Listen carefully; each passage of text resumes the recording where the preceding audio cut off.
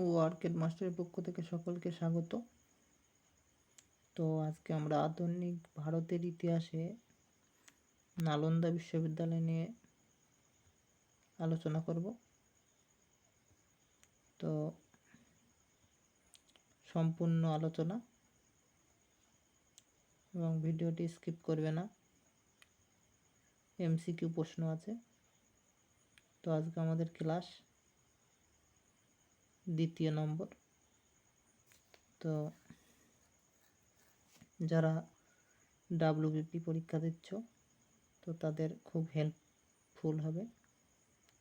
তো যারা PSC clerkship পরীক্ষা দিচ্ছ তাদেরও সুবিধা। তো চলো যাওয়া যাক।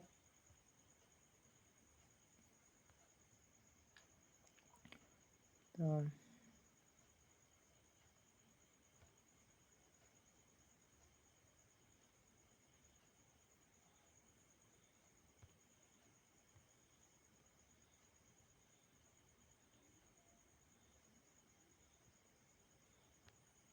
নালন্দা বিশ্ববিদ্যালয়।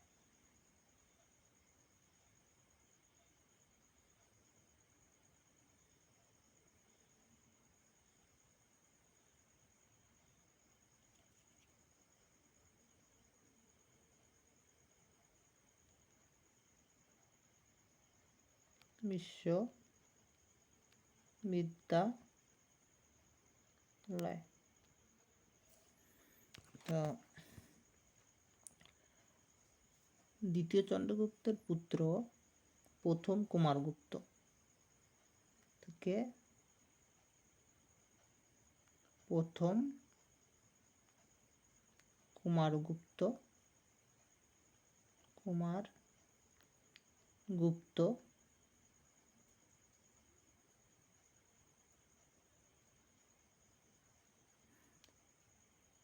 415 থেকে 455 খ্রিস্টাব্দে। তো এই কুমারগুপ্ত নালন্দা জেলাতে নালন্দা বিশ্ববিদ্যালয় গঠন করে। তো নালন্দা বিশ্ববিদ্যালয়, নালন্দা কথার অর্থ কি? তো নালন্দা কথার অর্থ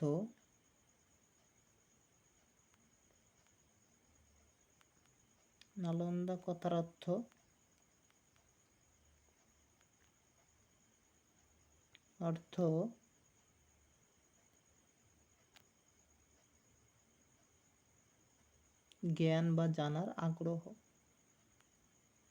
জ্ঞান বা জানার আগ্রহ। তো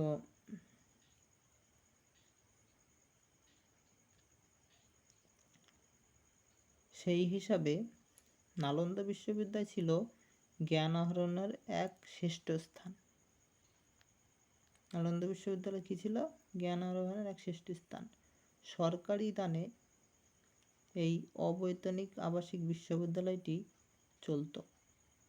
এই প্রতিষ্ঠানে পড়তে চাইলে কি করতে হতো? প্রবেশিকা পরীক্ষা দিতে হতো। এই পরীক্ষা খুব কঠোর ছিল, তবে একবার পড়ার সুযোগ পেলে 7-8 বছর আগে বাড়ি ফেরা যেত না।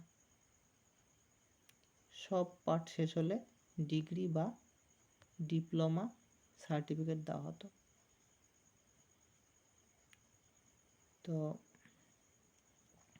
এই নালন্দা বিশ্ববিদ্যালয় দক্ষিণ ভারত ও ভারতের অন্যান্য প্রান্ত থেকে ছাত্ররা পড়তে আসতো।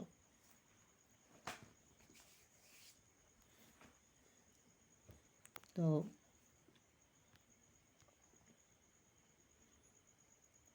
এমনকি মধ্য এশিয়া, চীন, তিব্বত, দক্ষিণ পূর্ব এশিয়া থেকে ছাত্ররা এখানে পড়তে আসতো। তো হর্ষবর্ধনের সময় তিনি এই বিশ্ববিদ্যালয়ের সমস্ত খরচ রাজকোষ থেকে দিতেন। হর্ষবর্ধন এই বিশ্ববিদ্যালয়ের সমস্ত খরচ তার রাজকোষ থেকে দিতেন। এই সময় হিউয়েন সাং এই বিশ্ববিদ্যালয়ে কয়েক বছরের জন্য পঠন পাঠন করতে গিয়েছিলেন। কে গিয়েছিলেন? Hiuen Tsang. Hiuen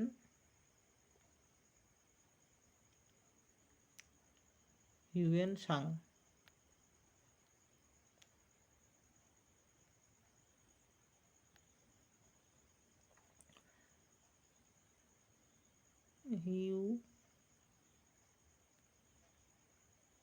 Hiuen Tsang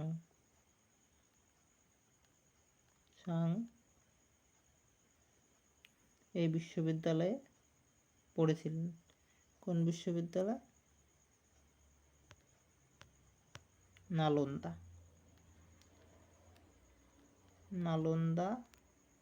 বিশ্ববিদ্যালয়।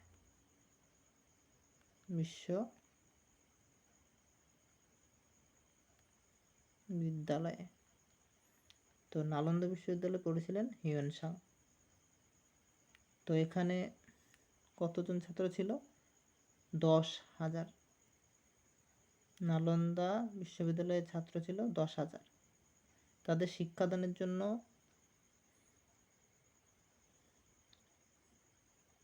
শিক্ষক ছিল প্রায় 1,500 জন, অর্থাৎ 1,500। তো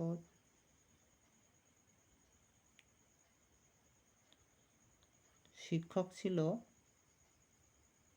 এবং ছাত্র সংখ্যা ছিল প্রায় 10,000 এবং শিক্ষক সংখ্যা প্রায় 1,500 জন। তো এখানের অধ্যক্ষ ছিলেন নালন্দা বিশ্ববিদ্যালয়ের শীলভদ্র। অধ্যক্ষ কে ছিলেন? অধ্যক্ষ ছিলেন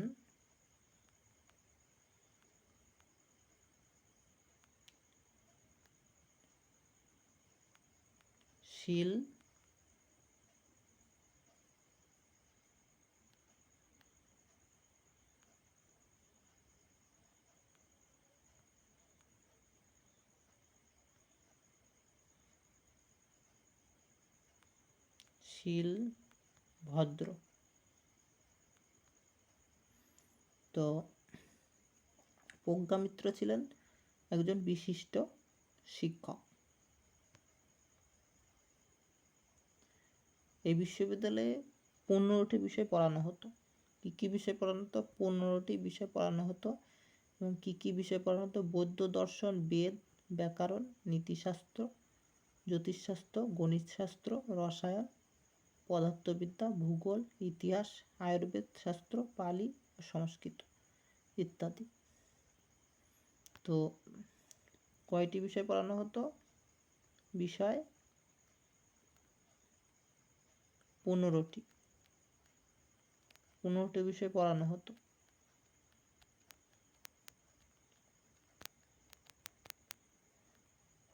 তো বিষয়গুলি হলো বৌদ্ধ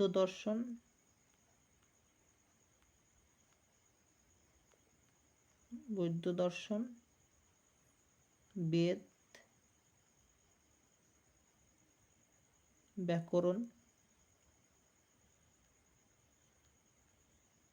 নীতিশাস্ত্র,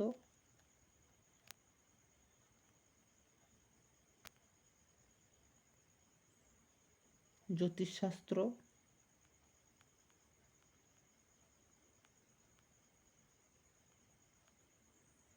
গণিতশাস্ত্র,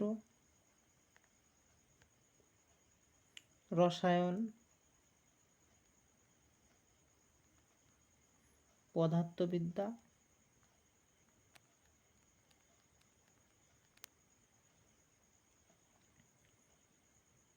ভূগোল,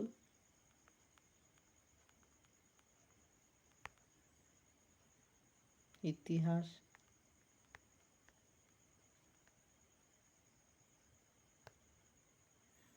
এই 15টি বিষয় পড়ানো হতো। আয়ুর্বেদ, স্বাস্থ্য, পালি, সংস্কৃত। ছাত্রদের সুবিধার্থে বিশ্ববিদ্যালয়ে গ্রন্থাগারের বহু পুঁথিপত্র, প্রমাণ আকর রাখা থাকত। গ্রন্থাগারের 3টি ভাগ ছিল: রত্নরঞ্জক, রত্নদধি, রত্নসাগর। 3টি ভাগ কি কি ছিল? রত্নরঞ্জক,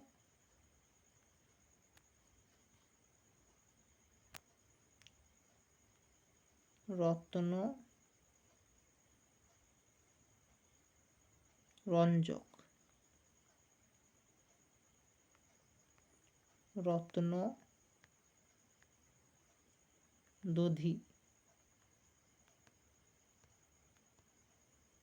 রত্নসাগর।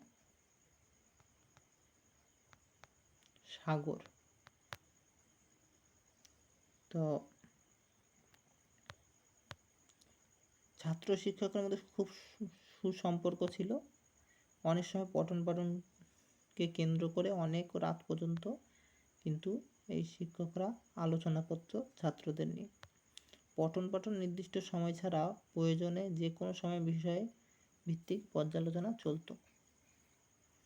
তো ছাত্রদের পৃথক শয়নকক্ষ ছিল, পড়া ও খাবার ঘর ইত্যাদি সবই আলাদা ছিল। কঠোর নিয়ম ছিল এই বিশ্ববিদ্যালয়ে। তো হিউয়েন-সাংয়ের মতে নালন্দা বিশ্ববিদ্যালয় ছিল এশিয়ার শ্রেষ্ঠ শিক্ষা প্রতিষ্ঠান। তো হিউয়েন-সাংয়ের মতে কি ছিল? নালন্দা ছিল পৃথিবীর শ্রেষ্ঠ এশিয়ার শ্রেষ্ঠ শিক্ষা প্রতিষ্ঠান। এশিয়ার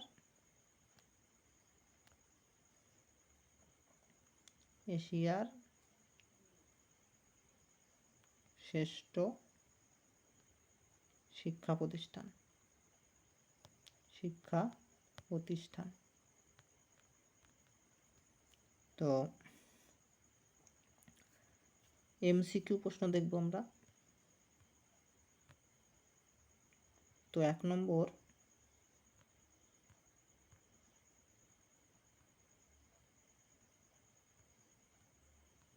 নালন্দা বিশ্ববিদ্যালয় গঠিত হয় এ প্রথম কুমারগুপ্তের আমলে, বি দ্বিতীয় চন্দ্রগুপ্তের আমলে, সি স্কন্দগুপ্তের আমলে, ডি সমুদ্রগুপ্তের আমলে। তো উত্তর কোনটা হবে?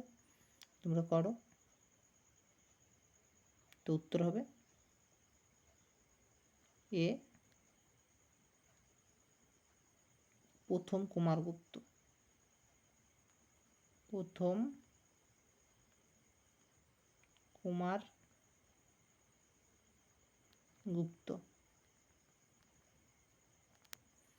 তো পরবর্তী প্রশ্ন দেখো, 2 নম্বর প্রশ্ন, নালন্দা কথার অর্থ: এ স্বাধীনতা, বি বিদ্রোহ, সি প্রতিনিধি, ডি জ্ঞান বা জানার আগ্রহ। তো উত্তর কোনটা হবে? তোমরা করো। তো উত্তর হবে ডি জ্ঞান বা জানার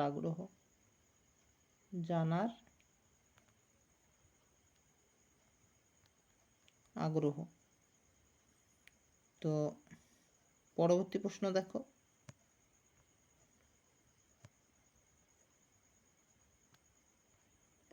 হিউয়েন-সাং পঠন পাঠন করতে গিয়েছিলেন এ বিক্রমশিলা বিশ্ববিদ্যালয়, বি অদন্তপুরী বিশ্ববিদ্যালয়, সি নালন্দা বিশ্ববিদ্যালয়, ডি সোমপুরি বিশ্ববিদ্যালয়।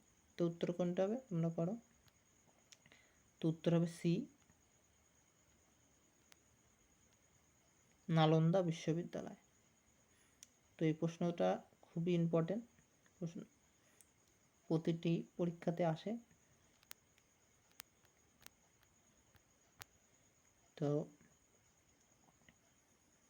নালন্দা বিশ্ববিদ্যালয়ে হিউয়েন-সাং পড়াশোনা করেছিলেন বেশ কয়েক বছর। তো ভিডিওটি ভালো লাগে লাইক করো। তো পরবর্তী প্রশ্ন,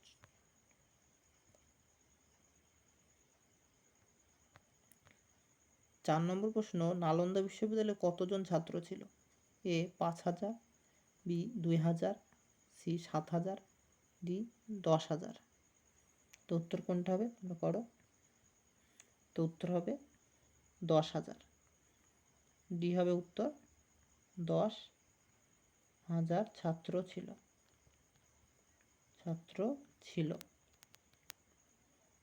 তো পরবর্তী প্রশ্ন দেখো। তো পরবর্তী প্রশ্ন, নালন্দা বিশ্ববিদ্যালয়ে কতজন শিক্ষক ছিল? এ 100 জন, বি 60 জন, সি 750 জন, ডি 1500 জন। তো উত্তর কোনটা হবে তোমরা করো। তো উত্তর হবে ডি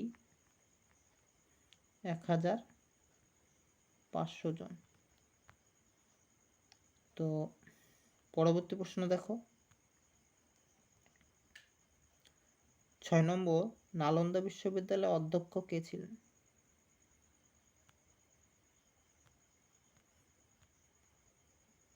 তো 1 Shilabhadra, B Prajnamitra, C Hiuen Tsang, D কেউ না। তো উত্তর কোনটা হবে তোমরা করো। তো উত্তর হবে এ শিলভদ্র এবং প্রজ্ঞামিত্র ছিল বিশিষ্ট শিক্ষক, আর হিউয়েন সাং ছিলেন নালন্দা বিশ্ববিদ্যালয়ের ছাত্র। তো পরবর্তী প্রশ্ন দেখো। তো আমাদের শেষ প্রশ্ন, নালন্দা বিশ্ববিদ্যালয়ে কয়টি বিষয় পড়ানো হতো? এ 5টি, বি 8টি, সি 10টি, ডি 15টি। তো উত্তর কোনটা হবে তোমরা করো।